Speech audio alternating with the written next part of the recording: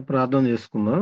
ప్రేమ కలిగిన తండ్రి, దయగలిగిన దేవ, 2025 సంవత్సరం అంతా నాయన క్షేమంగా కాపాడి ఆరోగ్యాన్ని ఆయుష్నిచ్చి మా ప్రయాణాలన్నింటిలో పనుల్లో తోడుగా ఉండి క్షేమాన్ని ఇచ్చి తండ్రి ఈ చివరి దినంలోనికి నాయన మమ్మల్ని నడిపించినందుకు నాయన కృతజ్ఞతలు తండ్రి. ఇదిగో నాయన మరలా మరొక సంవత్సరంలోనికి తండ్రి మేమంతా అడుగు పెట్టడానికి మీ దయ వలన సిద్ధపడుతున్నాం తండ్రి. మరి ఈ సంవత్సరం అంతా తండ్రి మీ కొరకు నాయన ఎన్ని దినాలు గడిపాము, అలాగే తండ్రి గతించిన కాలం అంతా మా బ్రతుకు దినములన్నీ కూడా తండ్రి మీ కొరకు ఎన్ని దినాలు తండ్రి పని చేశాము. ఈ పాఠం ద్వారా తండ్రి మమ్మల్ని మేము పునరాలోచించుకొనుచుండగా తోడుగా ఉండండి. చెప్తున్న నాకు ఆసక్తిని అనుగ్రహించండి, సమయోచితమైన జ్ఞానాన్ని అనుగ్రహించండి. వింటున్న మీ పిల్లలకు తండ్రి వినగలిగే చెవిని, గ్రహించే మనసును దయచేయండి. ఇక నుంచి అయినా తండ్రి మేము ఈ మాటల ప్రకారం తండ్రి ప్రవర్తించి పరలోకానికి అర్హత సంపాదించే భాగ్యాన్ని ప్రతి ఒక్కరికి దయచేయమని వేడుకుంటూ యేసుక్రీస్తు వారి పవిత్రమైన నామమున ఈ ప్రార్థన అడిగి వేడుకుంటున్నాం మా తండ్రి, ఆమేన్. దేవుని మహాకృపను బట్టి తిరిగి మరలా మనం అంతా ఈ గూగుల్ మీట్ లో కలుసుకొని ఉన్నతమైన దేవుని మాటలు నేర్చుకోవడానికి అవకాశాన్ని కల్పించిన తండ్రి అయిన దేవునికి క్రీస్తు పేరిట నా కృతజ్ఞతలు. అలాగే మరి house of Jesus Christ Bengaluru వారికి నా ప్రత్యేకమైన ధన్యవాదాలు తెలియజేసుకుంటున్నాను. మరి ఈనాటికి ఏర్పాటు చేయబడిన పాఠాన్ని మనమంతా కలిసి ఆలోచన చేద్దాము. దేవునికై బ్రతికిన దినములు ఎన్ని అనే పాఠాన్ని మనం కూలంకషంగా నేర్చుకుందాము. దేవునికై బ్రతికిన దినములు ఎన్ని. ప్రియమైన దేవుని వల్లరా, ఈరోజు ప్రపంచంలో ఎన్నో పుస్తకాలు రాయబడ్డాయి. ఎన్నో మిలియన్ల పుస్తకాలు ఈ ప్రపంచంలో ఉన్నాయని లెక్కలు చెప్తున్నారు. ఈ పుస్తకాలన్నీ కూడా మనుషుల కొరకు రాసిన పుస్తకాలు మాత్రమే. ఈ ప్రపంచంలో రాయబడిన పుస్తకాలన్నీ కూడా మనుషుల కొరకు రాశారు. కానీ మనుషులందరికీ దేవుడు రాసిన పుస్తకం ఒకటి ఉంది, అదే ది బైబిల్. దేవుడు మనుషుల కొరకు రాసిన ఒకే ఒక్క పుస్తకం బైబిల్. అందుకే దేవుడు పుస్తకాలు ఈ ప్రపంచంలో ఎన్ని రాయబడతాయో వాటన్నిటి గురించి కూడా దేవుడు చెప్పటం అనేది జరిగింది. ప్రసంగి గ్రంథము 12వ అధ్యాయము 12వ వచనం ధ్యానిద్దాం ఒకసారి. ప్రసంగి గ్రంథము 12వ అధ్యాయము 12వ వచనం. ఇదియుగాక నా కుమారుడా, చదవగలిగిన వాళ్ళు చదవండి. వినిపించలేదు మీ వాయిస్. ఓకే. ఇదియుగాక నా కుమారుడా, హితోపదేశములు వినుము. పుస్తకములు అధికముగా రచింపబడును, దానికి అంతము లేదు. విస్తారముగా విద్యాభ్యాసం చేయుట దేహమునకు ఆయాస్కరము. చాలండి. వీళ్ళరా, పుస్తకాలు అధికముగా రచించబడతాయి అన్నాడు. పుస్తకాలు అధికంగా రచించబడతాయి. ఈ పుస్తకాల్లో ఎన్నో రకాలు ఉన్నాయి. పిల్లల కొరకు రాసిన పుస్తకాలు ఉన్నాయి, యవనస్తుల కొరకు రాయబడిన పుస్తకాలు ఉన్నాయి, అలాగే మరి మధ్య వయసులో ఉన్న వాళ్ళ కొరకు రాసిన పుస్తకాలు ఉన్నాయి, వృద్ధుల కొరకు రాసిన పుస్తకాలు ఉన్నాయి, స్త్రీల కొరకు రాసిన పుస్తకాలు ఉన్నాయి, వంటల కొరకు రాసిన పుస్తకాలు ఉన్నాయి. ఇలా ఎన్నో పుస్తకాలు ఈ ప్రపంచంలో రాయబడ్డాయి. ఆ పుస్తకాలు రచించటానికి అంతం అనేది ఉండదంట. అంతం అనేది ఉండదు. ఈరోజు చూడండి, కంప్యూటర్ ఎడ్యుకేషన్, దాని కొరకు పుస్తకాలు రాశారా లేదా? అలాగే ఏఐ టెక్నాలజీ, దాని కొరకు పుస్తకాలు రాశారా లేదా? అండ్ ఇంజనీరింగ్, మెడిసిన్ చదవటానికి, ఆయుర్వేదం, అల్లోపతి, ఇలాంటి ఎన్నో పుస్తకాలు ప్రపంచంలో రాయబడ్డాయి. ఈ పుస్తకాలన్నీ కూడా మనుషుల కొరకు రాసిన పుస్తకాలు మాత్రమే. కానీ పరలోకంలో ఉన్న దేవుడు ఈ భూమి మీద ఉన్న మనుషుల కొరకు రాసిన ఏకైక పుస్తకం ఏదంటే అదే మనం చదువుతున్న బైబిల్. ఆ పుస్తకాలు రచించడానికి అంతం లేదట. ఎందుకు చూడండి, ప్రతి సంవత్సరం ఎంతో మంది రచయితలు పుస్తకాలు వేల సంఖ్యలో రచిస్తున్నారు ప్రపంచవ్యాప్తంగా. లైబ్రరీకి వెళ్ళిపోతే ఎన్నో వందల పుస్తకాలు ఉంటాయి రచించినవి, చాలా పుస్తకాలు ఉంటాయి. వాటికి అంతం లేదు. విస్తారంగా విద్యాభ్యాసం దేహానికి ఆయాసకరం అన్నాడు. అంటే పని చేస్తే ఆయాసపడతాం, అలసిపోతాం అనుకుంటే ఈ పుస్తకాలు చదివే వాళ్ళు కూడా అలసిపోతున్నారట. అండి వీళ్ళు రచించే వాళ్ళు అలసిపోతున్నారు రాయటానికి, దాన్ని చదివే వాళ్ళు కూడా ఏం చేస్తున్నారు, ఆయాసపడిపోతున్నారు, అలసిపోతున్నారు. అందుకే చూడండి, స్కూల్లో పిల్లలు తల్లిదండ్రులు లక్షల ఫీజులు కడుతున్నారు, వేలకు వేలు కడుతున్నారు. చదవకపోతే టీచర్లు ఊరుకోరు, మార్కులు రాకపోతే తల్లిదండ్రులు ఊరుకోరు. వాళ్ళు కూడా ఆయాసపడి ఒక విజయవాడ ప్రాంతంలోనే 50,000 మంది విద్యార్థులు టెన్షన్, షుగర్తో బాధపడుతున్నారట. అందుకే చాలా మంది చదవలేక ఆత్మహత్యలు చేసుకున్నారు. ఈ చదువు మేము చదవలేమని చెప్పేసి. అదేనా, అధికముగా విద్యాభ్యాసం చేయటం దేహానికి ఆయాస్కరం అంటున్నాడు. కానీ ఇన్ని పుస్తకాలు చదువుతున్న మనుషులు దేవుడు రాసిన పుస్తకాన్ని మాత్రం చదవటానికి ఇష్టపడటం లేదు. లోకంలో ఎన్నో పనులు చేస్తున్నారు, అవన్నీ ఎంతో కష్టంతో కూడుకున్నవి. ఆ పనులు చేయడానికి ఇష్టపడుతున్నారు, కానీ దేవుని పుస్తకం చదివి దేవుని కొరకు పనిచేయడానికి ఎవరు మక్కువ చూపటం లేదు. అందుకే అలసిపోతున్నారు. లోక సంబంధమైన చదువులు చదివి చదివి చదివి విద్యాభ్యాసం చేయడంలో పిచ్చెక్కిపోతున్నారు. చాలా మంది ఉద్యోగాలు రాక చదువుకొని టెన్షన్తో భయపడుతున్నారు. ఉద్యోగాలు తక్కువ, చదివే వాళ్ళు ఎక్కువ. సంవత్సరం ఎన్నో వేల మంది బయటకు వస్తున్నారు చదువుకున్న వాళ్ళు. ప్రియులారా చూడండి. కానీ బైబిల్ను చదివితే దేవుడు పోషిస్తున్నాడన్న నమ్మకం వీళ్ళకి లేకుండా పోయింది. దేవుని పని చేస్తే దేవుడు కావలసినవి చూస్తానన్నాడు కదా. మొదట నా రాజ్యాన్ని, నీతిని మీరు వెతికితే మీకు అక్కరగా ఉన్నవేవో మీరు అడక్కపోయినా నాకు తెలుసు అన్నాడు ఆయన. చెప్పాడు కదా. అది మాత్రం మనుషులు పాటించడం లేదు. అందుకే ఒకనాడు భక్తులు వాళ్ళ జీవిత దినాలన్నీ కూడా లెక్క పెట్టుకున్నారు. వాళ్ళందరూ కూడా తమకిచ్చిన ఆయుష్కాలాన్ని దేవుని పనులు పూర్తిగా వినియోగించుకోవడానికి వాళ్ళు భయపడుతూ పరుగులు తీశారు దేవుని పని చేయటానికి. ఈరోజు ఆ భయం క్రైస్తవుల్లో కించిత్తుకైనా కనపడిన దాఖలాలు లేవు. అందుకే ఈ సంవత్సరం 2025 సంవత్సరం మరి ఈ గూగుల్ మీట్లో ఎవరైతే పాల్గొంటున్నారో, లేదా మన house of Jesus Christ Bengaluru వాళ్ళు ఎంతమంది ఉన్నారో, ఈ సంవత్సరం అంతా మీరు లెక్క పెట్టుకోండి. మీ డైరీలో రాసుకున్నారో లేదో, ఎన్ని రోజులు మీరు దేవుని కొరకు బ్రతికారు. ఏమంటే సంవత్సరానికి 52 ఆదివారాలు. ఆదివారం వెళ్ళి ఒక 2 గంటలు చర్చిలో కూర్చొని అయ్యగారు చెప్పిన వాక్యం వినొస్తే దేవుని కొరకు బ్రతికినట్టు కాదు. అది మనం దేవుని కొరకు నేర్చుకోవడానికి వెళ్ళాం. ఆ నేర్చుకున్నది నువ్వు ఎంతవరకు అవలంబించావు, పాటించావు, దాని ప్రకారం జీవించావు, అది దేవుడు లెక్కలో రాసుకునేది. ఆయన కొరకు నువ్వు ఏం చేశావు, అది దేవుడు లెక్కలో లెక్కించుకునేది. అదే దేవుని కొరకు నువ్వు బ్రతికిన దినాలు సంఖ్య, అది తెలియాలి. ఎన్ని రోజులు ఉంటాయి? ఈ ఆదివారాల్లో కూడా చాలా మంది డొమ్మా కొట్టిన వాళ్ళు ఉంటారు, ఆబ్సెంట్ అయిన వాళ్ళు ఉంటారు చర్చికి, అవునా? కానీ నీ జీవితంలో దేవుని కొరకు ఎన్ని రోజులు బ్రతికావు? ఎన్ని రోజులు బ్రతికానో తెలుసుకోవడానికి ఏం చేయాలి, మనం ఎలా ఉండాలి మనం అంటే చెప్తున్నాడు. చూడండి, ఒక భక్తుడు చెప్తున్నాడు. 90వ అధ్యాయము కీర్తనల గ్రంథము 90వ అధ్యాయము 11, 12 వచనాలు చదువుదాం. కీర్తనల గ్రంథం 90వ అధ్యాయము 11, 12 వచనాలు చదువుదాం. ఈ ఆగ్రహ బలము ఎంతో ఎవరికి తెలియదు. కీర్తనల గ్రంథము 90వ అధ్యాయము 11, 12 వచనాలు చూద్దాం. నీ ఆగ్రహ బలము ఎంతో ఎవరికి తెలియను. నీకు చెందవలసిన భయము కొలది పుట్టు నీ క్రోధము ఎంతో ఎవరికి తెలియను. మాకు జ్ఞాన హృదయము కలుగునట్లుగా చేయము, మా దినములు లెక్కించుటకు మాకు నేర్పము. చాలండి. దేవుడి కోపం ఎవరికి తెలిసిద్దండి? ఆయన కోపం ఎలా ఉంటుందో మనకు తెలియదు కదా. ఆయన కోపం ఒక్కసారి గట్టిగా ఆకాశంలో ఉరిమిందంటే భూమి మీద ఉన్న మన ఒళ్ళు జల్లు అంటది.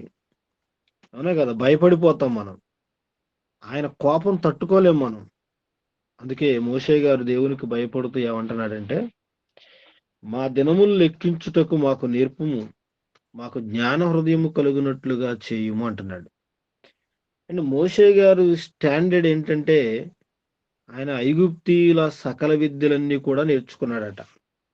మోషే గారి స్టాండర్డ్ ఏంటి? ఐగుప్తీయుల సకల విద్యలు కూడా నేర్చుకున్నాడు.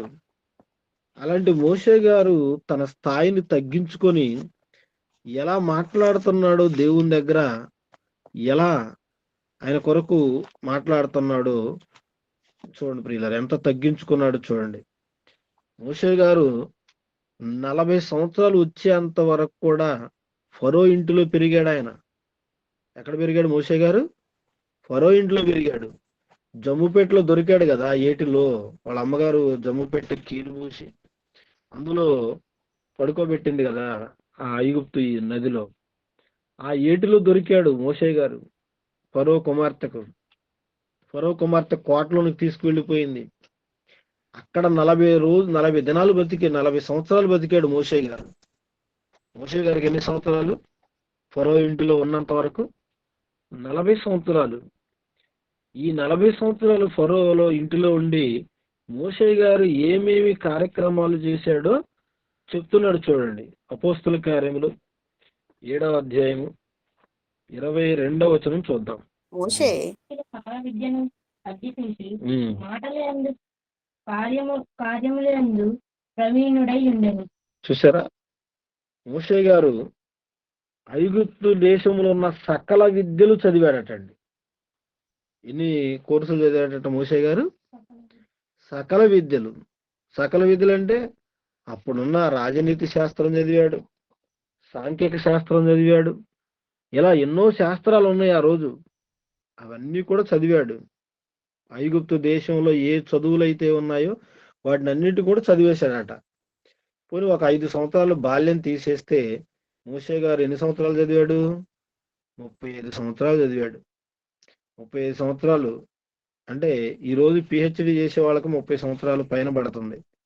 మోషే గారు కూడా ఆ రోజు చాలా విద్యలు చదివాడట.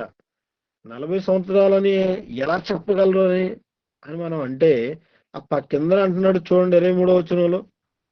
23వ వచనం, అతనికి 40 ఏండ్లు నిండా వచ్చినప్పుడు. చూసారా, అంటే మోషే గారికి ఎన్ని సంవత్సరాలు? 40 సంవత్సరాలు. ఈ 40 సంవత్సరాలు ఎక్కడున్నాడు? ఫరో కోటలో ఉన్నాడు. ఫరో కోటలో ఉండి హాయిగా అక్కడ ఉంటూ మరి ఐగుప్తులో ఉన్న సకల విద్యలు కూడా ఆయన నేర్చుకోవడం అనేది జరిగింది.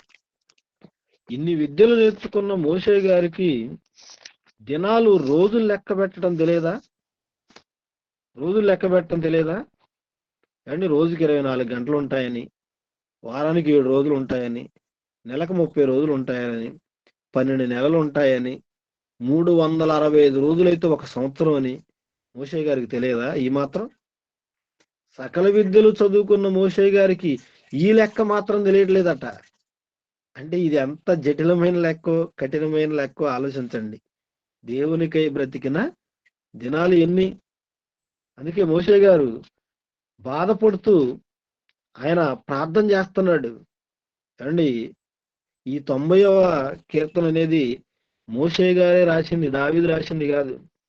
90వ అధ్యాయం ప్రారంభంలో చూడండి ఏమంటుందో. 90వ అధ్యాయము ప్రారంభం, కీర్తనలన్నీ దావీదు గారు రాసినవి కాదు. 90వ అధ్యాయము ప్రారంభంలో ఏమంటాడంటే, చతుర్థ స్కందం అన్న కింద, ఆ కింద ఏముందో చూడండి అందరూ. ఏముంది అక్కడ? దైవజనుడైన మోషే చేసిన ప్రార్థన. అంటే 90వ కీర్తన అంతా ఏంటి? 90వ కీర్తన అంతా ఏంటండి? ఏమండి? ప్రార్థన. అది అంటే ఆనాటి భక్తులు చేసిన ప్రార్థనలు, వాళ్ళు రాసిన పాటలే ఈరోజు మన బైబిల్గా మనం చదువుకుంటూ ఉన్నాం. అర్థమైందా? కొన్ని ఇప్పుడు కీర్తనలన్నీ పాటలు, ఎక్కువ శాతం పాటలు. అలాగే ప్రార్థన కూడా ఉంది. 127వ కీర్తన చూడండి ఒకసారి. 127వ కీర్తన 127వ కీర్తన చూస్తే, యాత్ర కీర్తన సొలొమోనుది అన్నాడు. అంటే ఈ కీర్తన ఎవరు రాశారు? సొలొమోను. ఇది యాత్రలో ఉండగా ఏమండి రాయబడింది కీర్తన.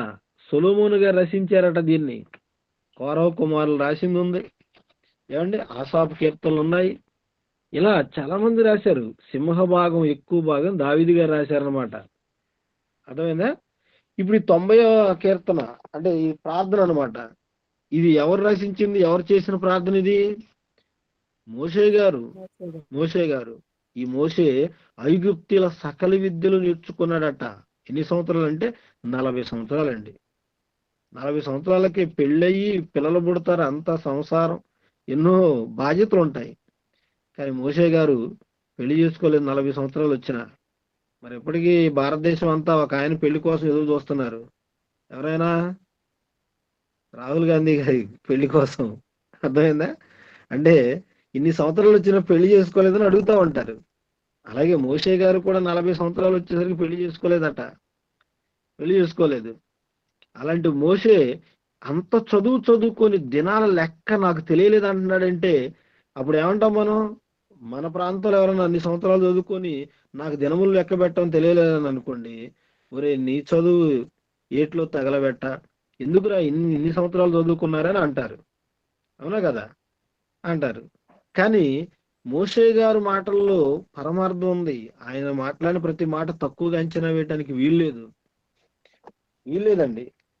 అంటే అప్పటి నుంచి దినాలు లెక్క పెడుతున్నాడు మోషే గారు ఈ ప్రార్థన చేసినప్పటి నుంచి. ఈ ప్రార్థన చేసే సమయానికి మోషే గారికి ఎన్ని సంవత్సరాలు? ఈ ప్రార్థన చేసే సమయానికి మోషే గారికి ఎన్ని సంవత్సరాలు ఉండొచ్చు? సుమారు అక్కడ 40 ఏళ్ళు చదువుకున్నాం కదండి. ఏమండి అక్కడ అపోస్తుల కార్యంలో ఈ ప్రార్థన ఆయనకి 40 సంవత్సరాలు అని చెప్పి చదువుకున్నాం మనం. మరి మోషే గారి ప్రార్థన చేసే సమయానికి ఆయనకి ఎన్ని సంవత్సరాలు ఉండొచ్చు? ఆలోచించండి ఒకసారి. ఎన్ని సంవత్సరాలు ఉండొచ్చు? 40 సంవత్సరాలప్పుడు ఆయన మర్డరర్గా మర్డర్ చేసి పారిపోయాడు కదా. మర్డర్ లిస్ట్ లో ఉన్నాడు కదా అతను. ఫరో చంపుతాడని ఐగుప్తుని చంపి ఇసుకలో పాతి పెట్టేసి మిద్యాన్ అరణ్యానికి పారిపోయాడు కదా. తిరిగి వచ్చిన తర్వాత కదా మరలా మోషే గారు ఈ ప్రార్థన చేస్తున్నాడు. అంటే అప్పటికి మోషే గారికి ఎన్ని సంవత్సరాలు ఉండవచ్చు? నిర్గమాకాండం 7వ అధ్యాయము 6వ వచనం. మోషే అహరోనులు యెహోవా తమకు ఆజ్ఞాపించినట్లు చేసిరి. అలాగుననే చేసిరి. వారు ఫరోతో మాట్లాడినప్పుడు మోషేకు 80 ఏండ్లు, అహరోనుకు 83 ఏండ్లు. చూసారా ప్రియులరా? ఇప్పుడు మోషే గారు ఆ మిద్యాన్ అరణ్యం నుంచి దేవుడు తనను దర్శించిన తర్వాత, తనకు జ్ఞానం కలిగిన తర్వాత అప్పుడు చేస్తున్న ప్రార్థన అది. అంటే ఇప్పుడు మోషే గారు ఎన్ని సంవత్సరాలు చేశాడు ఆ ప్రార్థన? 90వ కీర్తనలో మనం చదువుకున్న ప్రార్థన ఎన్ని సంవత్సరాలండి? 80 సంవత్సరాలండి. అర్థమైందా? ఒక 40 సంవత్సరాలు ఆయన జీవితంలో సకల విద్యలు చదువుకోవడానికి సరిపోయింది. మరో 40 సంవత్సరాలు తన జీవితంలో దేనికి సరిపోయింది? ఎక్కడికి వెళ్ళాడు? మిద్యాన్ అరణ్యానికి వెళ్ళిపోయి గొర్రెలు కాశాడండి. 40 సంవత్సరాలు చదువుకున్నాడు. 40 సంవత్సరాలు తన మామయ్య అని ఇత్రో గొర్రెలు కాచాడు. తన కుమార్తెను చేసుకున్నాడు సిప్పోరాని. అక్కడే భార్య పిల్లలు సంసారం. అప్పుడు 80 ఏళ్ళు మోషే గారికి వచ్చాయి. 80 ఏళ్ళు వచ్చాయి. అప్పుడు సీనాయి పర్వతం ముందు దేవుడు దేవదూతను పంపించాడు. పచ్చని పొద బగబగమని మండిపోతుందట.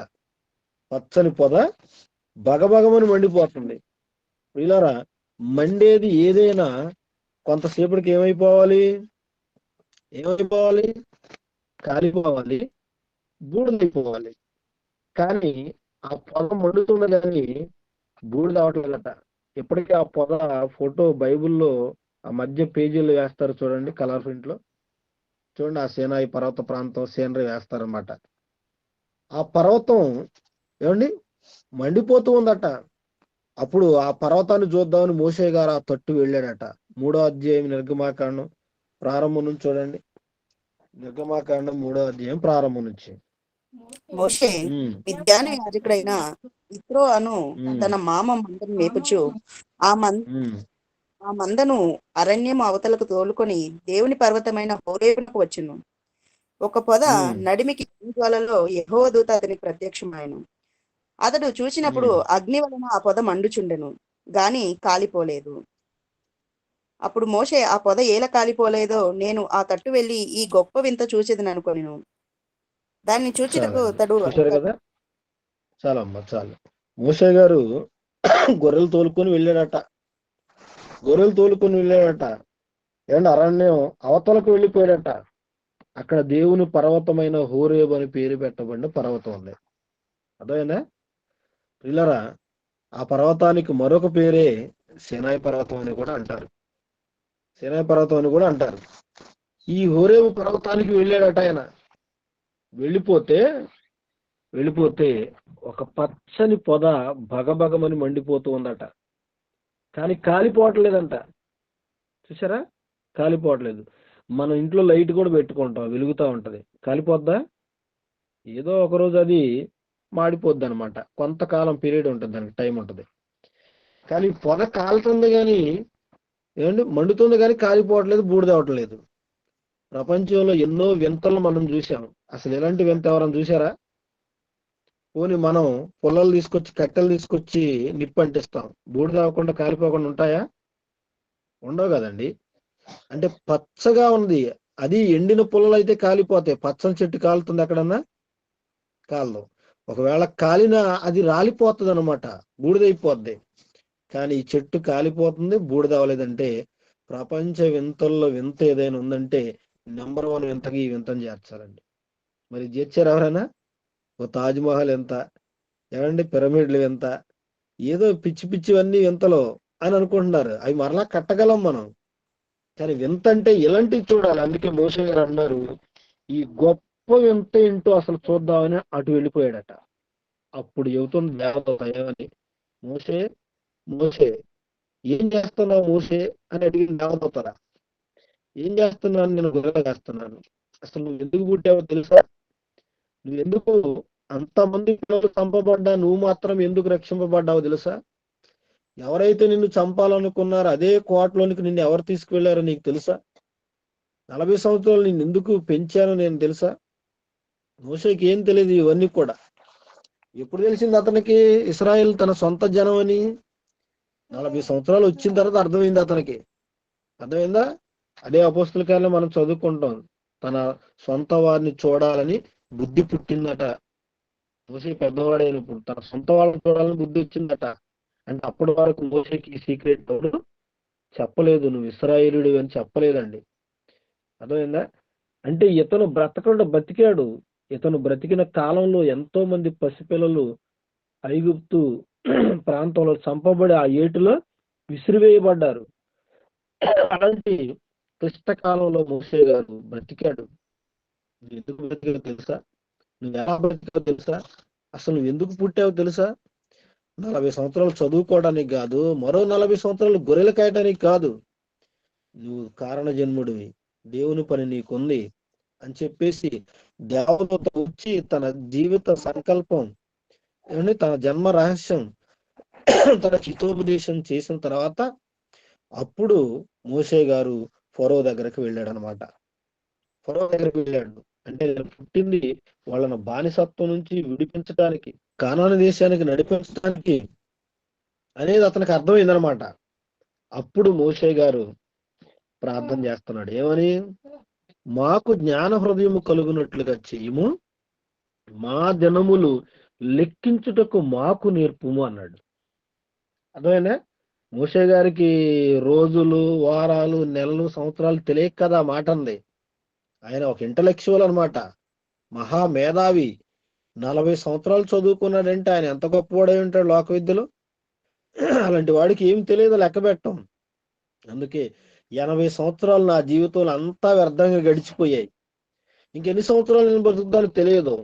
మరో 40 సంవత్సరాలు మోషే గారికి ఉన్నాయి. ద్వితీయోపదేశకాండం చదువుకుంటాం మనం చివరిలో. మోషే గారు బ్రతికిన సంవత్సరాలు ఎన్ని? 120 సంవత్సరాలు, 120 years అనమాట. మరో 40 మిగిలి ఉంది. కానీ 40 ఉందన్న సంగతి మోషే గారికి తెలియదు. తెలుసా? తెలియదు. ఇప్పటి వరకు మనం బ్రతికిన సంవత్సరాలు తెలుసు మనకి. మరలా మిగతా ఎన్ని సంవత్సరాలు బతుకుతాం మనకు తెలుసా? తెలియదు. మోషే గారు కూడా అందుకే నా దినములు లెక్కించటానికి నాకు నేర్పుము. ఇప్పటి వరకు నా జీవితంలో 80 సంవత్సరాలు ఏమైపోయాయి? వేస్ట్ అయిపోయాయి.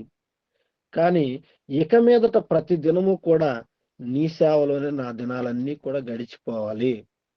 అది ఆ దినాలు నీలో గడిపిన దినాలు లెక్కించటానికి మాకు నేర్పు అంటున్నాడు. చూసారా? దైవజనుడైన మోషే గారు చేసిన ప్రార్థన ఎంత గొప్ప ప్రార్థన.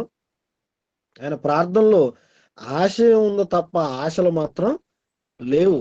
మనం నోరు తెరిస్తే ప్రార్థన అంటే అది కావాలి ఇది కావాలని ఊరికే కిరాణా కొట్టులో లిస్టు చెప్పినట్లుగా దేవుణ్ణి విసిగించడమే తప్ప మనం నిజంగా దేవుని ఆలోచన ఎరిగి దేవుని కొరకు ఎలా పని చేయాలో, మన రోజులు ఎలా లెక్కించుకోవాలో మనకు తెలియదు అనమాట. మనకు తెలియదు. ఈ ప్రార్థన కేవలం మోషే గారు చేశారు అనుకుంటే మోషే గారికి సంబంధించి అనుకోకూడదు. ఈ ప్రార్థన మనకు కూడా వర్తించదా? ఏమండి? బెంగళూరులో ఉన్న మీకు వర్తించింది, తిరుగులో ఉన్న మాకు వర్తించింది, ప్రపంచంలో ఉన్న ప్రజలందరికీ కూడా వర్తించేదే. ఎందుకంటే ఎప్పటి వరకు మీ జీవితంలో మీరు దేవుని కొరకు గడిపిన దినాలని లెక్క పెట్టండి. ఒకటైనా ఉంటాయా? ఏమండి? చాలా తక్కువ. అందుకే మోషే గారు నా దినములన్నీ కూడా లెక్కించడానికి మాకు నేర్పు అన్నాడు. దేవుడు అతిపెద్ద లెక్కల మాస్టర్. దేవుడి దగ్గర అన్ని లెక్కలు ఉన్నాయా లేవా? అరకాలు మొదలుకొని తల వెంట్రుకల వరకు ఆయన దగ్గర లెక్కలు ఉన్నాయా లేవా? మత్తయి సువార్త 10వ అధ్యాయం 30వ వచనం చూడండి. మీ తల వెంట్రుకలు అన్నీ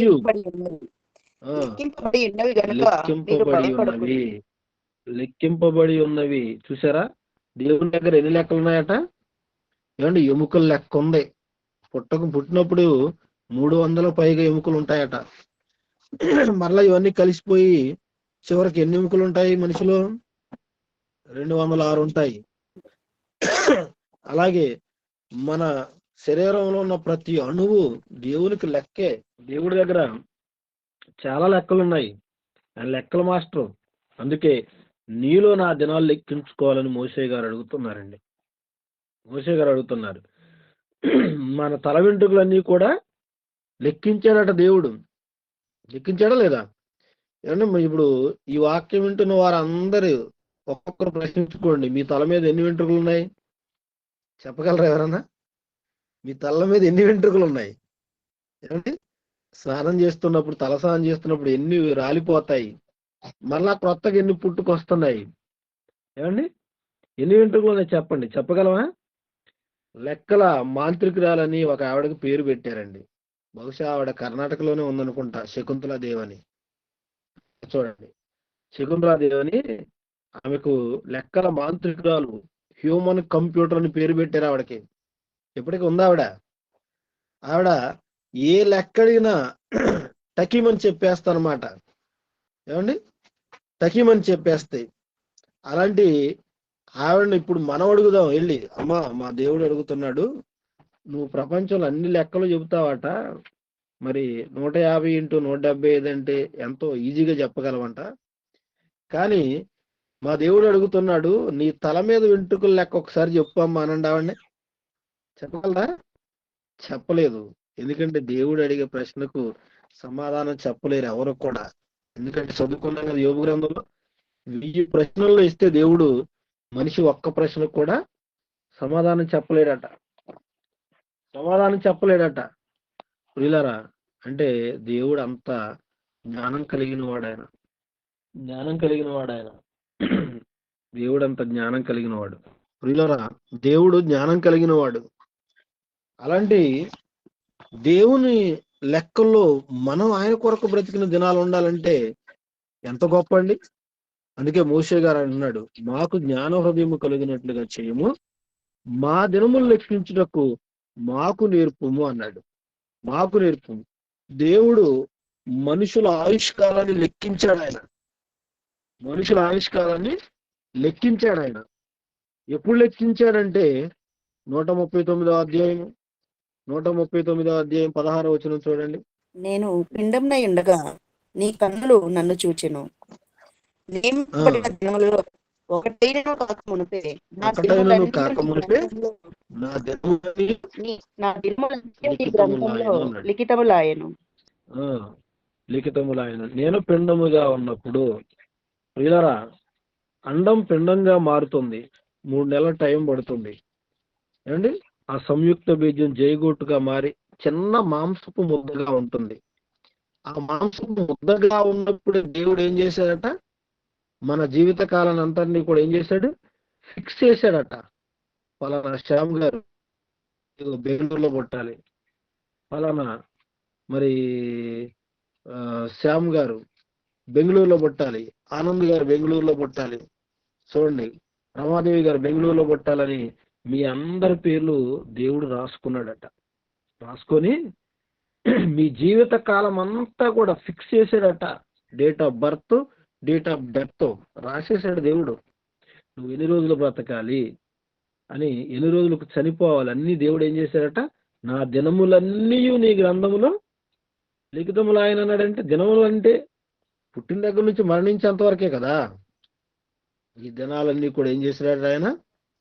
లిఖితం అంటే గ్రంథస్థం చేసేసాడట. ఈ మధ్యలో మనం చేయవలసిన పనులు కూడా రాసేసాడట.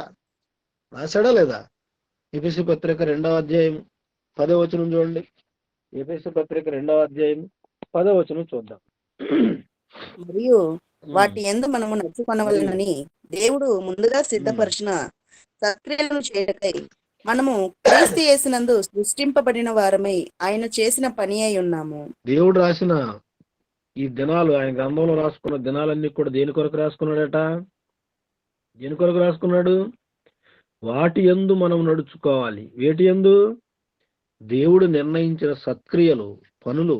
సత్క్రియలు అంటే ఏంటి అర్థం? సత్క్రియలు అంటే అర్థం ఏమండి? సత్ అంటే వాక్యము, సత్యం అంటే వాక్యం. వాక్య సంబంధమైన క్రియలు. యేసుక్రీస్తు వారు ఉదయం లేచి సాయంకాలం వరకు చేశాడు చూసారా? సువార్త ప్రకటించడం అనమాట. ఏమంటే ఆ సువార్త ప్రకటించడంలో, మీటింగ్లు పెట్టడంలో, ఇలాంటి గూగుల్ మీట్ పెట్టడంలో, సభలు పెట్టడంలో, సెమినార్లు పెట్టడంలో, లేడీస్ మీటింగ్ పెట్టడంలో, యూత్ కాన్ఫరెన్స్ పెట్టడంలో నువ్వు ఎంత పని చేయగలుగుతున్నావు, సత్క్రియలు చేయగలుగుతున్నావు అని దేవుడు మళ్ళీ పుట్టించాడట ఆ పనులు చేయటానికి. అందుకే పుట్టిన నాటి నుంచి చనిపోయేంత వరకు ఎవరి పనుల మీద ఉండాలి? తండ్రి పనుల మీద ఉండాలి. అందుకే యేసుక్రీస్తు వారు యెరూషలేము దేవాలయం దగ్గర కూర్చొని ఏమన్నాడు? నా తండ్రి పనుల మీద ఉండవాలని మీరు ఎరుగరా, మీరు ఎరుగరా అన్నాడా లేదా? ఎప్పుడు అన్నాడు? 12 సంవత్సరాల వయసులోనే అన్నాడు ఆయన. అంటే అప్పటికే యేసుక్రీస్తు వారికి మహాజ్ఞానం తెలిసిపోయింది. మరి ఈరోజు 12 సంవత్సరాల పిల్లలు ఎక్కడ ఉంటారు? క్రికెట్ ఆడుకోవటం, కబడ్డీ ఆడుకోవటం, ఏదో ఆడుతూ ఉంటారు. అంటే దేవుని జ్ఞానం నేర్పించట్లేదు తల్లిదండ్రులు, చెప్పటం లేదు. వీళ్ళరా దేవుని కొరకు బ్రతికిన దినాలన్నీ. ఆయుష్కాలం అంటే నీ పనిని బట్టి నీకు జీవితకాలం ఇచ్చాడు దేవుడు. అర్థమైందా? పనిని బట్టి జీవితకాలం. ఇప్పుడు ఒక మేస్త్రిని పిలుస్తాం మనం, ఇల్లు కట్టాలి. ఇల్లు కట్టాలంటే ఎన్ని కొలతలు ఎంత, ఎన్ని స్టేర్లు ఇల్లు కట్టాలి, పొడవు ఎంత, వెడల్పు ఎంత, ఏమండి ఆ ఇంటిలో ఏమేమి ఉండాలి, ఎలా ఉండాలి, అవన్నీ కూడా మాట్లాడుకుంటాడు. మాకు పలానా టైం కావాలని చెప్తాం మనం. అప్పుడు మేస్త్రి ఏమంటాడు? ఏమంటే టాపిక్ మేస్త్రి, ఇల్లు కట్టే మేస్త్రి ఏమంటాడు? ఇన్ని రోజులు పడుతుంది, నాకు ఎంత టైం కావాలని చెప్పేసి ఆ టైంలోగా అతను పూర్తి చేయాలి ఆ ఇంటిని. అర్థమైంది మీకు? అలాగే దేవుడు కూడా నీకు ఇచ్చిన పనిని పూర్తి చేయడానికి నీకు ఆయుష్కాలాన్ని ఇచ్చాడు. ఆయుష్కాలంలో ఎంతమంది దేవుని పని చేస్తున్నారు చెప్పండి? ఎంతమంది దేవుని పని చేస్తున్నారు? దేవుడు ఫిక్స్ చేశాడు ఆయుష్కాలాన్ని. ఈ భూమి మీదకి వచ్చావంటే పంపే ముందే వచ్చేది కూడా చెప్పేశాడు. అర్థమైందా? పంపే ముందే నువ్వు పలానా రోజు కావాలి, నీ ఆయుష్కాలం అంతా నా గ్రంథంలో రాసుకున్నాను అన్నాడు. అంటే నువ్వు పంపించేటప్పుడే నీకు ఇన్ని సంవత్సరాలు ఇచ్చాను, ఈ ఇన్ని సంవత్సరాల్లో ఎంత పని ఇచ్చాను, ఈ పనిని ముగించుకొని నువ్వేం చేయాలి? వచ్చేసేయాలి. ఏమండి చనిపోయిన శవాలకి పెట్టెలు తయారు చేసే వాళ్ళు ఉంటారు. బాక్స్ ఉంటుంది కదా, ఏమండి బాక్స్ ఉంటుంది కదా, పెట్టెలో పెట్టి తీసుకెళ్తారు కదా శవాలను. పెట్టెలు తయారు చేసుకునే వాళ్ళు ఉంటారు. ఇప్పుడు ఆ పెట్టెలు తయారు చేసుకునేవాడు ఎవరి కోసం తయారు చేశాను అనుకుంటాడు? ఎవరి కోసం తయారు చేశాను అనుకుంటాడు? బెంగళూరులో ఉన్న వాళ్ళ కోసం తయారు చేశాను అనుకుంటాడు. నేను కూడా ఏదో ఒక రోజు ఈ పెట్టెలోకి వెళ్తున్న సంగతి వాడు తెలుసా? వాడు ఊహించడం. అర్థమైందా? అంటే నేను వచ్చింది ఈ పని మీద కాదు, వేరే పని మీద అని అనుకుంటున్నాడు మనుషులు. దేవుడిచ్చిన పని చేయడం మర్చిపోయి. ఇది అర్థమై కాగలిగితే ప్రతి ఒక్కరు కూడా దేవుని పని మీదే భూమి మీదకి వచ్చారు. శవాలను కాల్చేవాడు కూడా ఏమనుకుంటాడు? ఈ ఊర్లో ఉన్న వాళ్ళందరి శవాలను నేనే కాల్చాలనుకుంటాడు. వాడిని ఎవరు కాలుస్తారు వాడికి తెలుసా? తెలియదు కదండి. ఇలా మనుషులందరూ వేరు వేరు పనుల మీద ఉన్నారు, దేవుడు ఇచ్చిన పని మాత్రం మర్చిపోయారు. అందుకే దేవుడు అన్నాడు, ఇదిగో నీకు శరీరాన్ని ఇచ్చి అందులో ఆత్మను ఎందుకు పెట్టాడు అని అంటే, ఆత్మ ఉన్నంతలోగా నువ్వు పని చేయాలి. ఉన్నంతలోగా నువ్వు పని చేయాలి. ఆత్మ వెళ్ళిపోతే ఇక చేస్తానన్నా కుదరదు. ధనవంతుడు వెళ్ళాడు నరకానికి, వెళ్ళి ఏమన్నాడు? ఇక నా పరిస్థితి అర్థమైపోయింది అనుకున్నాడు. అందుకే ఇంకా నువ్వు నాకు 5 సహోదరులు ఉన్నారు, వాళ్ళు కూడా నాలాగా ఎలాంటి వేదనకరమైన స్థలంలోనికి రావాలంటే, రాకూడదు అంటే ఎవరైనా పంపించి అక్కడికి అంటున్నాడు. అప్పుడు అబ్రహాం గారు ఏమన్నారు? మోషే గారు ప్రవక్తలు ఉన్నారా అక్కడ? మోషే గారు ప్రవక్తలు ఉన్నారు, వాళ్ళు చెప్పిన మాటలు వినాలి. చాలా మంది ధనవంతులు లాజరు కథ అనుకుంటున్నారు, తప్పండి. అది ఎప్పటి సంఘటన? మోషే గారు బ్రతుకున్న కాలంలో జరిగిన సంఘటన అది. అంతేనా? మోషే గారు బ్రతుకున్నప్పుడు జరిగిన సంఘటన. ధనవంతులు లాజరు అనేవాళ్ళు భూమి మీద నిజంగా జరిగిన సంఘటన అది. అదే అబ్రహాం గారు చెప్తున్నారు, ఇదిగో అక్కడ ప్రవక్తలు ఉన్నారు, వాళ్ళు చెప్పిన మాట వినకపోతే నీగైతే వాళ్ళకు కూడా పడుతుందని చెప్పాడు. చూసారా? అంటే అక్కడికి వెళ్ళిపోతే ఏ పని ఉండదు చేయటానికి, ఇక్కడే పని చేయాలి. అందుకే ప్రసంగిలు అన్నాడు, నీ చేతికి వచ్చిన ఏ పని అయినా శక్తి లోపం లేకుండా ఇక్కడే భూమి మీదే చేయాలన్నాడు. ఏమండి? పాతాళానికి వెళ్ళిపోతే అక్కడ ఏడుపు పళ్ళు కొరకడం తప్ప పనే ఉండదు. ఇక్కడ 8 గంటలు డ్యూటీ చేస్తావు, అవసరమైతే డ్యూటీ చేస్తావు. అక్కడికి వెళ్ళిపోతే నేను పని చేస్తానంటే కుదరదు. అక్కడ 3 పూట్ల ఏం చేయాలి? ఏడవటం, పండ్లు కొరకటం, ఏడవటం, పండ్లు కొరకటం. అబ్బా భలే ఛాన్స్ ఉందిలే. ఇక్కడ ఎలాగూ పండ్లు తినలేకపోతున్నాను, అక్కడికి వెళ్తే బాగా పండ్లు కొరకొచ్చట అని అనుకోవద్దు. ఏమంటే పండ్లు కొరకడం అంటే తినే పండ్ల గురించి, ఫ్రూట్స్ గురించి చెప్పట్లేదు. ఆ వేడిలో ఆ బాధ తట్టుకోలేక భూమి మీద కోపం వచ్చినప్పుడు పళ్ళు ఎలా పటపడమని కొరుకుతామో, అలాగే ఆ తీవ్రత తట్టుకోలేక నీ పళ్ళు నువ్వే కొరుక్కోవాలి అక్కడ. అర్థమైందా? ఏమంటే బాధ భరించలేక. అందుకే అక్కడికి వెళ్ళే పాతాళంలో తెలివి లేదు, ఉపాయం లేదు, జ్ఞానం ఏమీ లేదు అన్నాడు. ఎక్కడ ఉండగానే ఏ పనైనా చేయాలట. మరి ఎక్కడ ఉండగానే పని చేస్తున్నారా? అందరూ పనులను తప్పించుకుని తిరుగుతున్నారు. సువార్తకు రమ్మంటే రారు, దేవుని పని ఉందంటే రారు. ఇలా తప్పించుకుని తిరుగుతున్నారు. దేవుని పని చేసిన వాళ్ళకే దేవుడు పరలోకం ఇస్తాడు. మరి మనం పరలోకానికి వెళ్ళాలంటే ఆయన ఇచ్చిన పని చెయ్యాలా వద్దా? చేయాలి. అదే చెప్తున్నాడు చూడండి, ప్రసంగి గ్రంథం 9వ అధ్యాయం 10వ వచనం. ప్రసంగి గ్రంథం 9వ అధ్యాయం 10వ వచనం.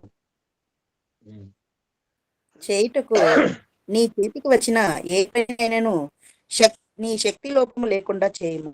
నీవు పోవు పాతాళమునందు పని అయినను, ఉపాయమైనను, తెలివైనను, జ్ఞానమైనను లేదు. పాతాళం లేదట.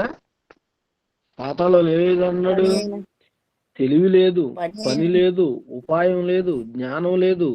ఇక్కడ ఉండగా ఇవన్నీ నీకు ఉపయోగపడతాయి. ఎదుటి వాళ్ళ మోసం చేసే తెలివి, ఏమండి, ఎదుటి వాళ్ళ మోసం చేసే జ్ఞానం, ఎదుటి వాళ్ళ మోసం చేసే ఉపాయాలు. ఏమండి, ఎవరు చూస్తున్నారులే నేను చేసే తప్పుడు పని అని అనుకుంటున్నారు. దేవుడు చూడటం లేదా? చూస్తున్నారు కదా. దానికి శిక్ష తప్పకుండా ఉంటది.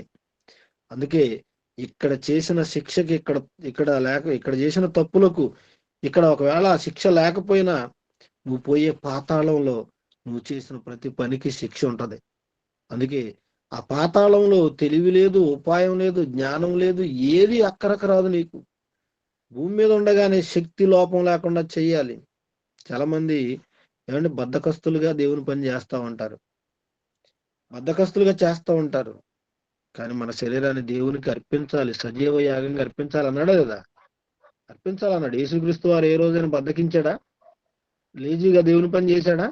పెందలకడ వెళ్ళిపోయాడు దేవాలయానికి, పెందలకడ వెళ్ళిపోయాడు. పిల్లరా, జీవిత కాలంలో దేవుని పని చేయాలి. అందుకే మోషే గారు బాధపడుతూ ఏమంటున్నాడు? మా దినములు మాకు లెక్కించుటకు మాకు నేర్పుము, మాకు జ్ఞాన హృదయం కలుగునట్లుగా చేయము. ఇప్పటి వరకు జ్ఞానం లేకుండా ప్రవర్తించాం. 40 సంవత్సరాలు చదువుకున్న జ్ఞానం రాలేదట ఆయనకి. ఏమండి, 40 సంవత్సరాలు గొర్రెలు కాశాడు, జ్ఞానం రాలేదు. చదువుకున్న వాడిని ఏమంటారు? ఇంటలెక్చువల్, మంచి జ్ఞాని అంటారు పిహెచ్డి చేస్తే. కానీ మోషే గారు నాకు జ్ఞానం లేదని ఒప్పుకున్నాడు. చూసారా? అలా ఒప్పుకునే వాళ్ళు ఉంటారా? ఒప్పుకునే వాళ్ళు ఉంటారండి?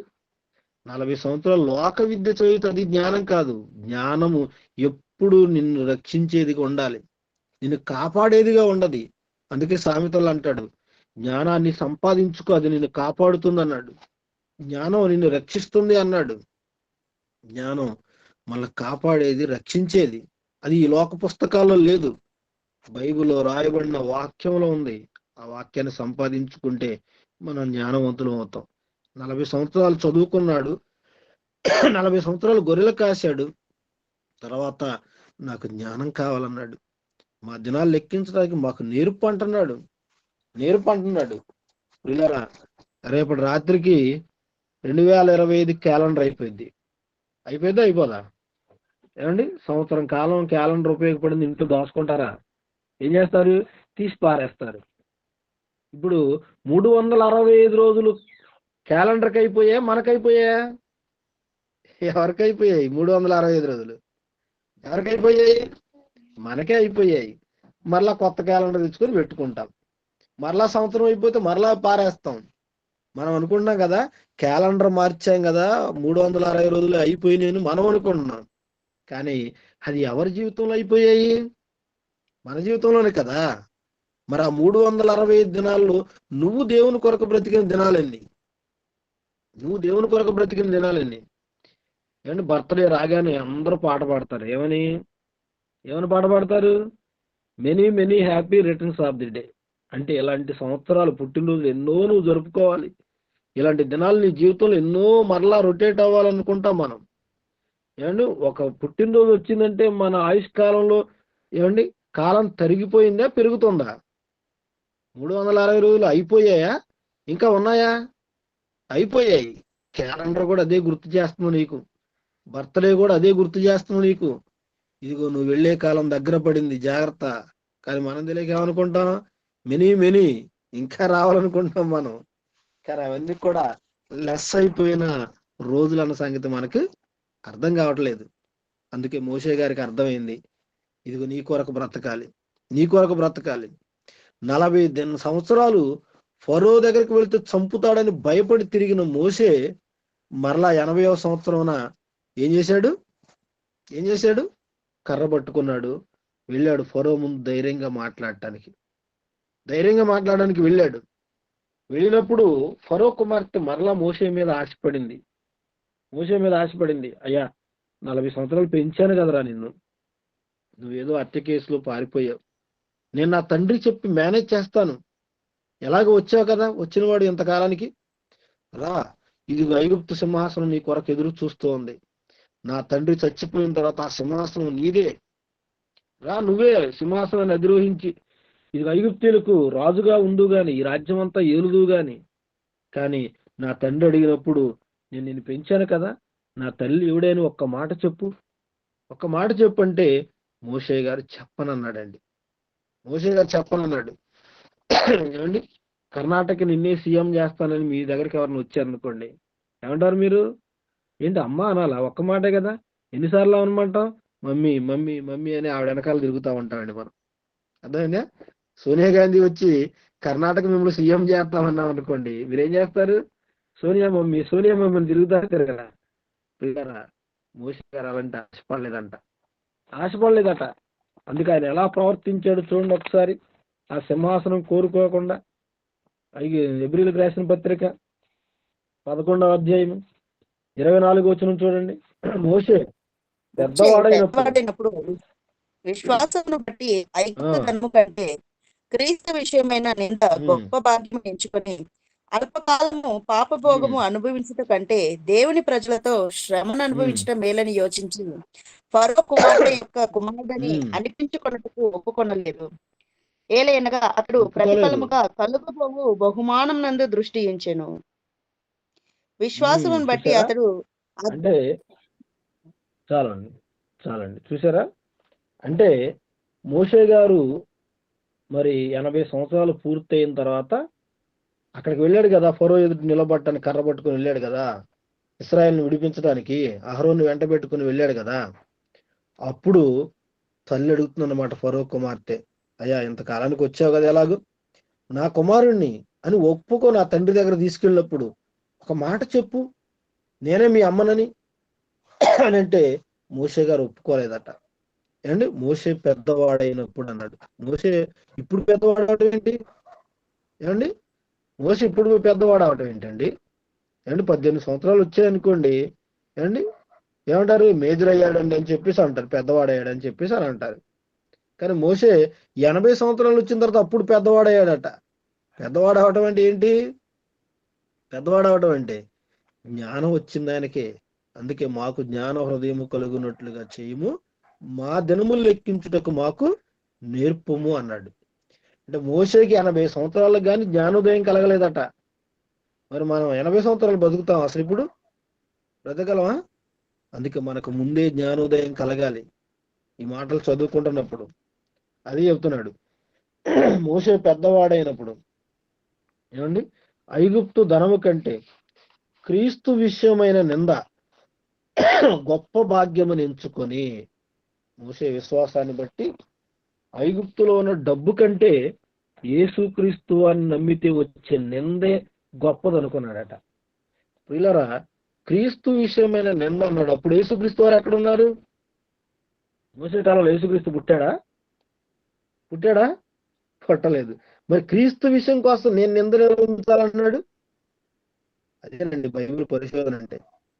ప్రియులారా, అంటే మోషే గారి లాంటి ప్రవక్త ఇశ్రాయేలు నుంచి పుట్టింపబోతున్నాడనేది మోషే గారు చెప్పారా లేదా? నా వంటి ప్రవక్తను మీ సహోదరులో నుండి మీ కొరకు పుట్టించలేని మోషే గారు చెప్పారా? అంటే క్రీస్తు ఇశ్రాయేలు నుంచి రావాలన్న సంగతి మోషే గారికి అర్థమైంది కాబట్టి ఆయన కోసం, ఎప్పుడో రాబోయే క్రీస్తు కోసం ఈ రోజు నేను నిందలు పడ్డా పర్వాలేదు. అండ్ మనం కూడా అంటాం కదండి, ఒక మంచి పని చేయడానికి నేను ఎన్ని నిందలు పడ్డా పర్వాలేదు అంటాం కదా. మంచి పని చేసేవాడికి సహజంగా నిందలు వస్తూనే ఉంటాయి. మోషే గారు కూడా రాబోయే క్రీస్తు కంటే మోషే గారు 1500 సంవత్సరాల ముందండి. 1500 సంవత్సరాల తర్వాత యేసుక్రీస్తు పుట్టబోతున్నాడని మోషే గారికి జ్ఞానోదయం కలిగిందట. అందుకే క్రీస్తు కొరకు నేను నిందలు అనుభవించినా పర్వాలేదు, విశ్వాసం ఉంది నాకు, ఈ ఐగుప్తు ధనం నాకు ఏమాత్రం వద్దన్నాడండి. ఇలా ప్రపంచ దేశాలన్నింటిలో కంటే డబ్బు ఏ దేశంలో ఉందో ఎక్కువ ఉందో తెలుసా? ఐగుప్తు దేశంలోనే ఉందండి. అండ్ అమెరికా డాలర్ గొప్పదని మనకు అనుకున్నాం, కానీ అమెరికా డాలర్ కంటే ఐగుప్తు దేశంలోనే ధనం ఎక్కువగా ఉంది. ఎందుకంటే ఒకప్పుడు ప్రపంచ ఆర్థిక రాజధానిగా ఐగుప్తే వెలుగొందింది. ప్రపంచ దేశాలను శాసించింది ఐగుప్తు దేశం వ్యాపారంలో. ఏమండి, యోసేపు గారు ప్రతి దేశానికి ధాన్యం అమ్మాడా లేదా? అంటే డబ్బు అంతా ఎక్కడ ఉంది? ఐగుప్తు దేశంలోనే ఉంది. అర్థమైంది మీకు? ఏమండి, 7 సంవత్సరాలు కరువు వచ్చిందా? 7 సంవత్సరాలు పుష్టిగా పంటలు పండాయా లేదా? పండాయా యోసేపు గారి కాలంలో? అప్పుడు మిగతా దేశాలన్నీ కూడా, ప్రపంచ దేశాలన్నీ కూడా ఎవరి దగ్గర ధాన్యం కొనుక్కున్నారు? ఐగుప్తుల దగ్గరే కదా. అంటే డబ్బు అంతా ఎవరి దగ్గర ఉంది? ఐగుప్తు దేశంలోనే ఉంది. అలా డబ్బుతోనండి వాళ్ళు రత్నాలు, బంగారం, వజ్రాలు అన్ని కొనుక్కొని ఏ రాజు పరిపాలన సంపాదించిన ఆ సంపద అంతా కూడా వాళ్ళు చచ్చిపోయినప్పుడు వాళ్ళ పెట్టెల్లో పెట్టి సమాధి చేసేవాళ్ళు. వాళ్ళ సమాధి మీద ఒక పిరమిడ్ కట్టేవాళ్ళు. ఇప్పుడు ఉన్న ఆ ఐగుప్తులో ఉన్న గిజా పిరమిడ్లు ఏమనుకున్నారు? ప్రపంచ వింతల్లో వింత. ఏమండి, అట్టకట్టిన పిరమిడ్లే, అలా కట్టబడినవన్నీ కూడా మేము పుస్తకాలు చదువుకున్నాం. టూంబ్ ఆఫ్ టుటంఖమెన్ అని 19 సంవత్సరాలకు రాజు అయ్యాడు, 21వ ఏట చనిపోయాడు. ఐగుప్తీయులు పరిపాలన చేసిన వల్ల అతి చిన్న వయస్కుడు అనమాట ఇది, అతి చిన్న వయస్కుడు. మీరు కూడా పుస్తకాలు చదువుకునే ఉంటారు, ఇంగ్లీష్ పుస్తకం ఉండేది, టూంబ్ ఆఫ్ టుటంఖామెన్ అనే ఒక పాఠం అండి.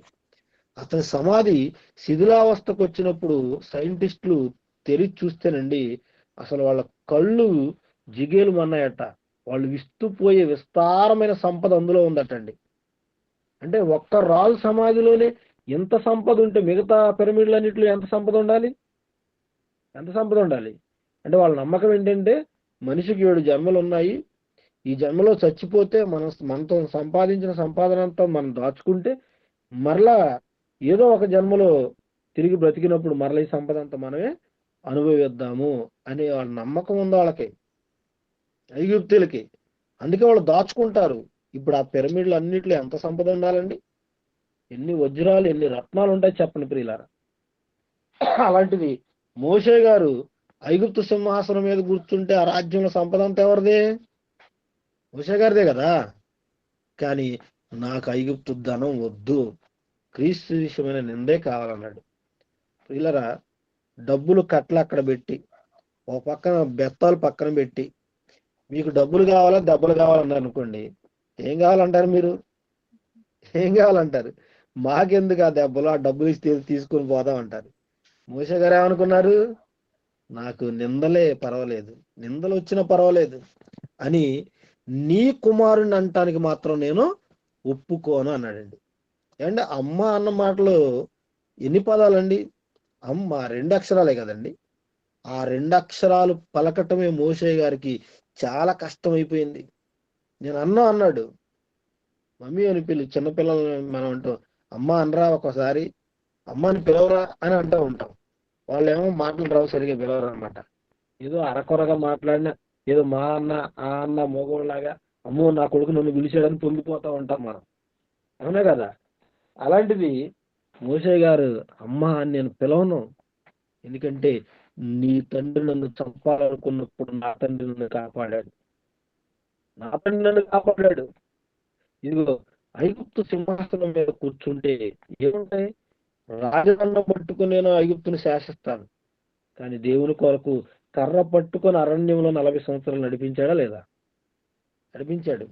ఏమంటే ఐగుప్తు సింహాసనం మీద కూర్చుంటే రాజమార్తాండ శ్రీ మోషే గారు ఏం చేస్తున్నారని పొగడ్తలు పొగుడుతారు.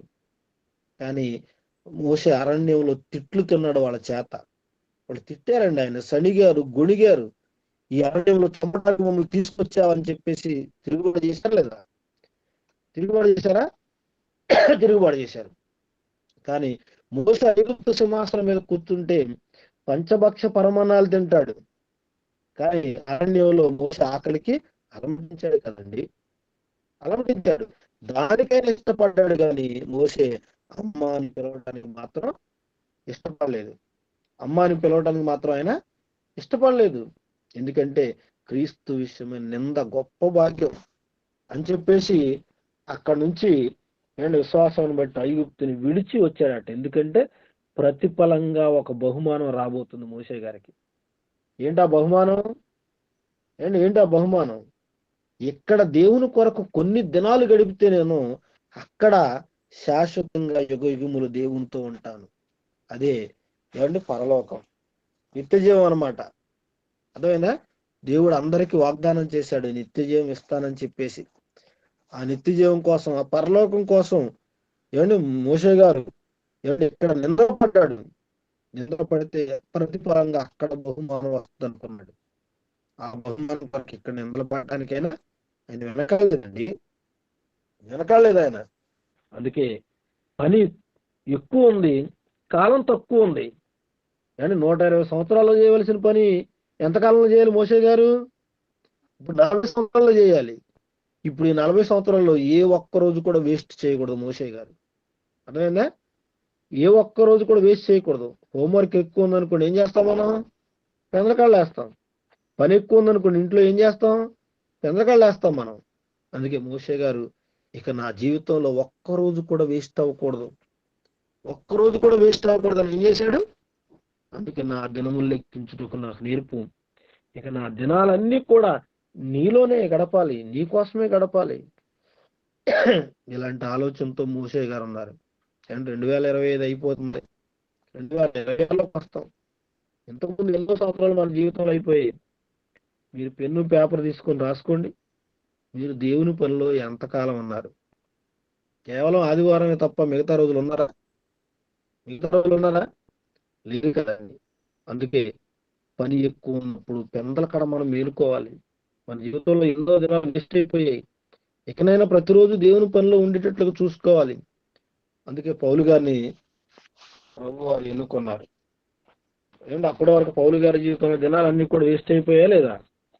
వేస్ట్ అయిపోయాయి. అందుకే పౌలు గారు ఇక ఒక్కరోజు కూడా వేస్ట్ చేయకూడదని చెప్పేసి ఆయన దేవుని కొరకు ఎంత ప్రయాసపడుతున్నాడో చూడండి ఒకసారి. తిమోతికి రాసిన 2వ పత్రిక 4వ అధ్యాయము 2వ వచనం. సమయమందును అసమయమందును ప్రయాసపడము, సంపూర్ణమైన దీర్ఘశాంతంతో ఉపదేశించుచు ఖండించుము, గద్దించుము, బుద్ధి చెప్పుము. ఎందుకనగా జనులు పౌలు గారు ఇప్పుడు ఏమన్నాడంటే, ఇదిగో క్రీస్తు కొరకు మనం శ్రమ పడాలి, సమయమందును అసమయమందును ప్రయాసపడాలి అని తిమోతికి లెటర్ రాస్తున్నాడు. ఎందుకు సమయం అసమయమందు చేయాలంటున్నాడు? ఎందుకు చేయాలన్నాడంటే, అప్పటి వరకు పౌలు గారి జీవితంలో కూడా ఎన్నో దినాలు ఏమైపోయాయి? వేస్ట్ అయిపోయాయి. అందుకే ఇక సమయాన్ని నేను పోనీయకూడదు అన్నాడు. సమయాన్ని పోనీయకూడదు. సమయమందు ప్రకటించాలి, అసమయమందు కూడా ప్రకటించాలి. చాలా మంది మీటింగ్ పెట్టి పలానా టైంకి మీరు రావాలంటారు. ఆ పిలిచినప్పుడు చెప్పాలి. ఇతను పిలవకపోయినా వేరే వాళ్ళకు కూడా చెప్పాలా లేదా? రోజు ప్రతి మనిషి మరొక మనిషి చెప్పాలా లేదా? సువార్త చెప్పాలి. పిలిస్తేనే కాదు, గూగుల్ మీట్ పెడితేనే కాదు, పెట్టకపోయినా మీరు పక్కనున్న వాళ్ళు ఒకరికొకరు సువార్త పంచుకోవాలి, తెలియని వాళ్ళకి చెప్పాలి. ఎఫెసీ పత్రిక 5వ అధ్యాయం 15వ వచనం చూడండి. దినములు చెడ్డవి గనుక మీరు సమయం పోనీయక సద్వినియోగం చేసుకొనొచ్చు అజ్ఞానుల వలె కాక జ్ఞానుల వలె నడుచుకున్నట్లుగా జాగ్రత్తగా చూసుకోండి అన్నాడు. దినములు చెడ్డవి గనుక సమయమును పోనీయక అన్నాడు. ఈ రోజులు ఎలాంటివి? చెడ్డవి అన్నాడు. చెడ్డవి అనగానే రోజులకి ఏమన్నా రోగం వచ్చిందా? ఈ రోజు మంగళవారానికి ఏమన్నా జలుబు చేసిందా? మంగళవారానికి ఏమైనా జ్వరం వచ్చిందా? శుక్రవారం డబ్బులు ఇవ్వకూడదు అంటారు. ఏమైనా రోగం ఉందా వారానికి ఏమన్నా? చూడండి ప్రియులారా, దినములు చెడ్డవి అనగానే ఆ దినములు ఏదో జరుగుతుందని కాదు. దినదినము జరుగుతున్న కార్యక్రమాలన్నీ కూడా చెడ్డవి. ప్రతిరోజు నేరాలు ఘోరాలు జరుగుతున్నాయి. జరగకుండా రోజు గడవటం లేదు. అది దేవుని ఉద్దేశం. ఆ చెడ్డ దినాల్లో మీరు ఉన్నారు. ఆ చెడిపోయిన దినాల్లో మీరు ఏం చేయాలంటే సమయమును పోనీయకూడదు. సమయం వేస్ట్ చేయకండి, సద్వినియోగం చేసుకోండి అన్నాడు.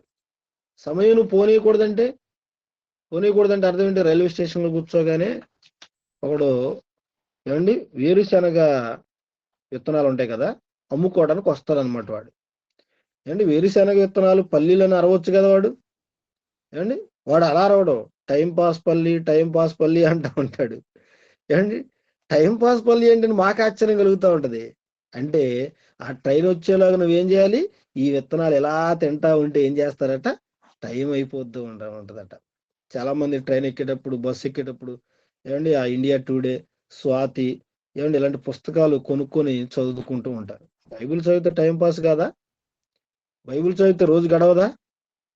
అందుకే అన్నాడు, దినములు చెడ్డవి గనక మీరు సమయమును పోనీయక అజ్ఞానుల వలె కాక జ్ఞానుల వలె నడుచుకున్నట్లుగా జాగ్రత్తగా చూసుకోండి అన్నాడు. జ్ఞానం కలిగిన వాడు ఏం చేస్తాడు? దేవుని మనసు తెలుసుకొని దేవుని కొరకు ఉన్నతంగా బ్రతుకుతాడు. ఒక మోషే, పౌలు ఎందుకండి సమయాన్ని గుర్తు చేసుకొని దినదినము నీలో గడపాలని కోరుకుంటున్నారంటే అంతకు ముందు వాళ్ళు ఎనీ టైం అధికారం కొరకు లేదంటే తెలియకో గడిపారన్నమాట. ఎనీ టైం చూడండి. అందుకే ఏటీఎం సెంటర్లు తెలిసాయి. ఏటీఎం అంటే అర్థం ఏంటి? ఎనీ టైం మనీ అనమాట. నువ్వు ఎప్పుడు వెళ్ళి కార్డు పెట్టినా డబ్బులు తీసుకోవచ్చు పని చేస్తే. ఆ దాన్ని ఏం చేశారంటే మోషే గారు, పౌలు గారు ATWగా మార్చారండి. ATW అంటే ఏంటి? ఎనీ టైం వర్క్ అన్నమాట. అదే ఇదిగో మా దినములు లెక్కించుటకు మాకు నేర్పుము. ఆ దినాలన్నింటిలో కూడా మేము ఏం చేయాలి? పని చేయాలి. పని చేయాలి. మనం అంతా ఊరికి టైం పాస్ చేస్తూ ఉంటామండి. ఊరికి గంటల కొద్ది సీరియల్ చూస్తారా? ఆ సీరియల్లో నటించే వాళ్ళు ఏమో డబ్బులు ఇచ్చి నటిస్తారు, డబ్బులు ఇచ్చి ఏడుస్తారు వాళ్ళు.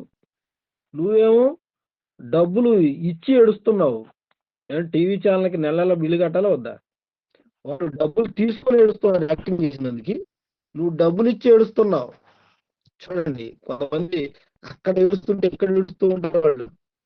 ఇక దేవుళ్ళు గడిపే దినాలంటే అందుకే మానవ ఆయుష్కాలం ఒక 60 సంవత్సరాలు అనుకుంటేనండి 12 గంటలు పగలు 12 గంటలు రాత్రి అనుకుంటే ఒకప్పుడు 6 గంటలకు నిద్రపోయేవాళ్ళు మన పెద్దవాళ్ళు.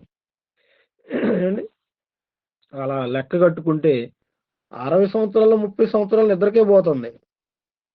5 సంవత్సరాలు బాల్యం తీసేస్తే మరలా 15 సంవత్సరాలు వచ్చేంత వరకు 10వ తరగతి, అక్కడికి 20 సంవత్సరాలు అయిపోయినాయి. వీళ్ళరా 15 సంవత్సరాలు అయిపోయినాయి. మిగతా 15 సంవత్సరాల్లో మనిషి ఒక 5 సంవత్సరాలు ప్రయాణాలు, ఒక 5 సంవత్సరాలు మరలా ఇంటర్, డిగ్రీ, ఉద్యోగం ఉంటది కదా, పెళ్ళిళ్ళు, పిల్లలు. ఇంకా మనిషి జీవితంలో 5 సంవత్సరాలు మిగిలి ఉంటాయి. ఈ 5 సంవత్సరాలు కూడా ఆదివారాలే వెళ్తాడు తప్ప మిగతా దేవుని పని ఏం చేస్తాడా? ఏం చేయడం. అంటే దేవుని పని 60 సంవత్సరాలు 5 సంవత్సరాలు కూడా మనం పని చేయటం లేదు. మరి మోషే గారు 120 సంవత్సరాల్లో 40 సంవత్సరాలను పనిచేశాడు. పౌలు గారు మిగిలిన జీవిత కాలం అంతా పనిచేశాడు. యేసుక్రీస్తు వారు 33.5 సంవత్సరాలు పనిచేశాడు. మరి నీ జీవితంలో ఎన్ని సంవత్సరాలు పనిచేశావు? ఎన్ని దినాలు ఉన్నాయి? ఒకసారి లెక్క పెట్టండి. ఎన్ని దినాలు ఉన్నాయి లెక్క పెట్టండి. ఇలారా తప్పిపోయాడు కుమారుడు అని అతని గురించి మనం చెప్పుకుంటాం. మరి నువ్వు నేను తప్పిపోలేదా? అతను ఆస్తిని పంచుకొని తండ్రి ప్రేమను పొందుకోలేక తప్పిపోయాడు. నువ్వు దేవుని దగ్గరకు వచ్చి కూడా దేవుని కొరకు నీ దినాలు గడపకుండా నువ్వు తప్పిపోతున్నావు. అందుకే తప్పిపోయిన కుమారులాగా అందరూ తిరుగుతున్నారు. అడ్రస్ తెలియక తప్పిపోయిన వాడిని ఏమంటారు? పిచ్చివాడు అంటారు. మరి మనం కూడా దేవుని దగ్గరకు రాకుండా అటు ఇటు తిరుగుతున్నామంటే మనం ఎవరు? పిచ్చివాళ్ళం కదా. అందుకే ఇలాంటి పిచ్చి వాళ్ళందరికీ కూడా దేవుని అడ్రస్ చెప్పి దేవుని దగ్గరికి నడిపించటమే మనం చేయవలసిన పని అన్నమాట. అలా దేవునిలోనికి ప్రతి ఒక్కరిని నడిపించి దేవుడు మీకు ఇచ్చిన ఆయుష్కాలంలో దేవుని పని చేయాలి, దేవునిలో మీ దినాలు గడపాలి అని చెప్పటమేనండి దేవుని కొరకు బ్రతికిన దినాలు ఎన్ని అని. అర్థమైందా? అందుకే ప్రియులరా, మీరైనా నేనైనా మోషే అయినా యేసుక్రీస్తు అయినా పౌలైనా ఏ భక్తుడికైనా దేవుడు ఇచ్చిన ఆయుష్కాలం ఎందుకు ఇచ్చాడంటే దేవుని కొరకు నీ దినాలు గడపాలని. మనం ఎవరి కొరకు గడుపుతున్నాం? చదువు కొరకు, పదవి కొరకు, భార్య కొరకు, పిల్లల కొరకు, ఉద్యోగం కొరకు, వ్యాపారం కొరకు, పాడి పంటల కొరకు. ఏమండి ఇది చెప్పుకున్నాం మనం. ఒక రైతు నేను దేశం కొరకు పుట్టానంటాడు. ఒక జవాను నేను దేశం కొరకు పుట్టానంటాడు. వీళ్ళందరూ ఏమండి దేవుని సంకల్పాన్ని మరిచిపోయి బ్రతుకుతున్నారు. అందుకే వాళ్ళలాగా మనం ఉండకూడదు. ఆ పని చేసుకోవాలి బ్రతకటానికి. నువ్వు ఏదో ఒక పని చేసుకో, ఉద్యోగం, వ్యాపారం ఏది చేసినా పర్వాలేదు, బిజినెస్. కానీ దేవుని పని కూడా చేయాలా వద్దా? ఆ పనిలో పురోగాభివృద్ధి సాధించాం, డెవలప్ అయ్యాం. మరి దేవుని పనులు ఏమి డెవలప్ అయ్యాం మనం? అయ్యామా? కంప్యూటర్ నేర్చుకుంటున్నావు, ఇంగ్లీష్ నేర్చుకుంటున్నావు, కన్నడ నేర్చుకుంటున్నావు, తెలుగు నేర్చుకుంటున్నావు, హిందీ నేర్చుకుంటున్నావు, అమెరికా వెళ్ళటానికి ఫారెన్ లాంగ్వేజ్ నేర్చుకుంటున్నావు, కంప్యూటర్లో ఎన్నో ఏమండి మరి అప్లికేషన్లు నేర్చుకుంటున్నావు. మరి దేవుని పని నేర్చుకున్నారా? దేవుని పనిలో నీ దినాలు లెక్కించడానికి నేర్చుకున్నారా? అందుకే ఇకనైనా మనం దేవునిలో నువ్వు గడిపిన దినాలు ఎన్నో, దేవుని కొరకు నువ్వు బ్రతికిన రోజులు ఎన్నో, అవి లెక్కించుకోవడానికి మనం ఇక నుంచైనా ప్రారంభిద్దాం మన దినాలు. అందుకే 2025 వరకు ఏం చేయలేకపోయాం. 2026 నుంచైనా 365 రోజుల్లో ఎక్కువ రోజులు దేవుని కొరకు బ్రతికేటట్లుగా మనం ప్రయత్నం చేద్దాం. అర్థమైందా? అందుకే ప్రియులారా, మరి ఈ పాఠాన్ని దేవుని ద్వారా మనం నేర్చుకోవడం జరిగింది. కాబట్టి ఇకనైనా మన దినాలన్నీ దేవుళ్ళు గడపటానికి ఇక నుంచైనా మనం అందరూ కూడా ప్రయత్నం చేయాలని కోరుకుంటూ ఈ మాటలు ముగిస్తున్నాను. ప్రార్థన చేసుకుందామండి.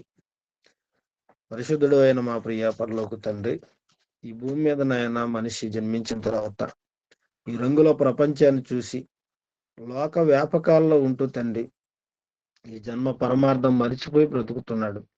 అందుకే తండ్రి ఈ దినాన మా దినాలు లెక్కించుకోవాలని తండ్రి పాఠం ద్వారా మాతో మాట్లాడినందుకు మీ కృతజ్ఞతలు. ఇదిగోనైనా ప్రతి మంగళవారం తండ్రి ఈ బైబిల్ తరగతులు ఏర్పాటు చేసి అనేక మందికి వాక్యాన్ని వినిపిస్తున్న house of Jesus Christ Bengaluru వారికి ప్రత్యేకమైన ధన్యవాదాలు తెలియజేసుకున్నాను తండ్రి. వారి ద్వారా ఇంకా అనేక మందికి తండ్రి ఈ సువార్త వ్యాపించినట్లుగా కృపను అనుగ్రహించండి. ఇదిగోనైనా గూగుల్ మీట్ నడిపిస్తున్న మీ కుమారులు మా ప్రియులు శ్యామ్ గారిని జ్ఞాపకం చేసుకోనండి. అలాగే ఈ గూగుల్ మీట్ లో పాల్గొంటున్న సంఘం అంతటిని జ్ఞాపకం చేసుకోనండి. మేమంతా తండ్రి మా బ్రతుకుల దినాలు మీలో లెక్కించుకోవటానికి కృపను అనుగ్రహించండి. ప్రతిదినము నాయన మీ సేవలు ఉండటానికి కృపను అనుగ్రహించమని కోరుకున్నాను తండ్రి. మేమంతానైనా మీ కుమారులుగా ఈ భూమి మీద బ్రతికి మీరున్న మహాలోకానికి చేరుకునే భాగ్యం దయచేయండి. 2025 సంవత్సరం అంతా మమ్మల్ని క్షేమంగా కాపాడారు. మళ్ళా 2026 సంవత్సరంలో తండ్రి ప్రవేశపెట్టబోతున్నందుకు ధన్యవాదాలు. 2026లో తండ్రి ఉన్నతముగా మీ కార్యక్రమాలు జరిగించి మీరున్న మహాలోకానికి చేరుకునే భాగ్యాన్ని మా అందరికీ దయచేయమని వేడుకుంటూ పాల్గొన్న మీ బిడ్డలందరికీ ఆయురారోగ్యాలు దయచేయండి. వారిని వారి కుటుంబాలు దీవించమని వేడుకుంటూ యేసుక్రీస్తు వారి ఉన్నతమైన నామమున ఈ ప్రార్థన అడిగి వేడుకుంటున్నాం మా తండ్రి. ఆమేన్. అందరికీ వందనాలండి. ఆమేన్.